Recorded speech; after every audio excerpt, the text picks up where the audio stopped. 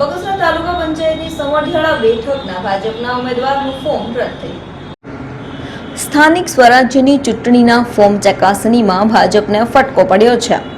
બગસરા તાલુકા પંચાયતની સમઢિયાળા બેઠકના ભાજપ ઉમેદવારનું ફોર્મ રદ થયું હતું. સમઢિયાળા બેઠકના ભાજપના ઉમેદવાર મીરાબેન ગજરાનું ફોર્મ રદ થયું હતું. બગસરાના સમઢિયાળા અનુસૂચિત જાતિ બેઠકનું ભાજપના ઉમેદવારનું ફોર્મ રદ થયું હતું. ફોર્મ ચકાસણીમાં 23માંથી 22 ફોર્મ માન્ય રહ્યા હતા. બગસરા તાલુકા પંચાયતની 16 બેઠકોની ચૂંટણી થશે. હવે સમઢિયાળા બેઠક પર આપ અને કોંગ્રેસ વચ્ચે ચૂંટણી જંગ થશે.